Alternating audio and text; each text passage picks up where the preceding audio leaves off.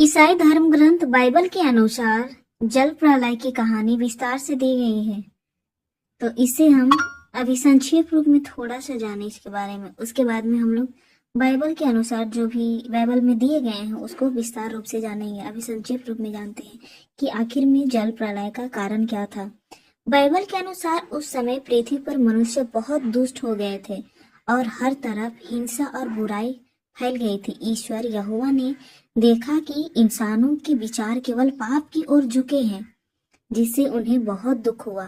तब ईश्वर ने निर्णय लिया कि वे जल प्रलय के माध्यम से पृथ्वी के समस्त जीव जंतु और मनुष्यों का नष्ट कर देंगे। तो इसीलिए जल प्रलय हुआ था, क्योंकि ईश्वर ने देखा कि मनुष्य पाप से पूरा ग्रसित है और पाप में वो जीवन जी रहे हैं। इसीलिए उन्होंने मनुष्यों को नष्ट करने की सोची। चलिए अब हम लोग पवित्र धर्म ग्रंथ के अनुसार जो बाइबल में लिखी हुई उनके बारे में हम लोग विस्तार रूप से जाने। आखिर में क्यों हुआ, कैसे हुआ, उन सभी चीजों को विस्तार रूप से जाने। मनुष्यों का पाप चरण।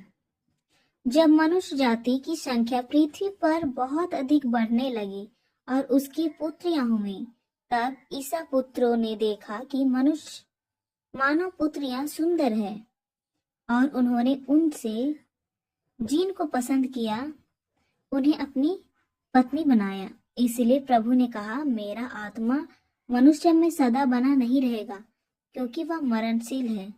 अब उनका जीवन काल 120 वर्ष का होगा। उस समय तथा उसके बाद भी जब इस पुत्र मानव पुत्रियों से विवाह और उनसे संतान पैदा करते थे, तब पृथ्वी पर नापी लिप भी निवास करते थे। वे प्राचीन काल के शक्तिशाली और सुप्रसिद्ध वीर थे। प्रभु ने देखा कि पृथ्वी पर मनुष्यों की दुष्टता बहुत बढ़ गई है और उनके पाप में निरंतर बुरे विचार और बुरी प्रवृत्तियां उत्पन्न होती है। तो प्रभु को इस बात का खेद हुआ कि उसने पृथ्वी पर मनुष्य को बनाया था, इसलिए वह बहुत दुखी था।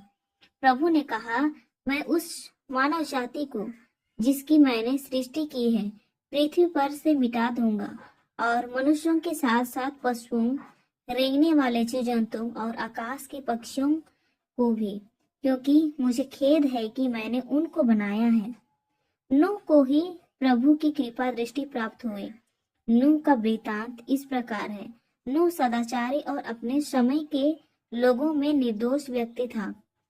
वह ईश्वर के मार्ग पर चलता था। नूह के 3 पुत्र थे, शेम, हाम और याफेत। अब संसार ईश्वर की दृष्टि में भ्रष्टाचारी बन गया था और हिंसा से परिपूर्ण था। ईश्वर ने देखा कि संसार भ्रष्टाचार हो गया है, क्योंकि सब शरीरधारी कुमार्ग पर चलने लगे थे। ईश्वर ने नूह से कहा, मैंने सब शरीरधारियों का विनाश करने का संकल्प किया, क्योंकि उनके द्वारा संसार हिंसा से भर गया है। देखो, मैं पृथ्वी के साथ उनका विनाश करूंगा। तुम अपने लिए गोफार वृक्ष की लकड़ी का पोत बना लो। उस पोत में कक्ष बनाना और उससे भीतर बाहर डामर लगा देना। तुम उससे इस प्रकार बनाना, पोत 300 हाथ लंबा, 50 हाथ चौड़ा और 30 हाथ ऊंचा हो। उस पोत में ऊपर चारों ओर 1 हाथ ऊंची एक खिड़की बनाना। पोत में एक दरवाजा बनाना और उसमें नीचे की, बीच की और ऊपर की मंजिलें बनाना, क्योंकि मैं पृथ्वी पर आकाश के नीचे के सब शरीरधारी प्राणियों का विनाश करने पृथ्वी पर जल प्रलय भेजूंगा। जो कुछ पृथ्वी पर है वह सब नष्ट हो जाएगा, परंतु मैं तुमसे अपना नाता रखूंगा। तुम्हारे पुत्र, तुम्हारी पत्नी और तुम्हारे पुत्रों की पत्नियां सब तुम्हारे साथ पोत में प्रवेश करें। सब प्रकार के प्राणियों के नर मादा का एक एक जोड़ा पोत में ले आना, जिससे वे भी तुम्हारे साथ जीवित रहें।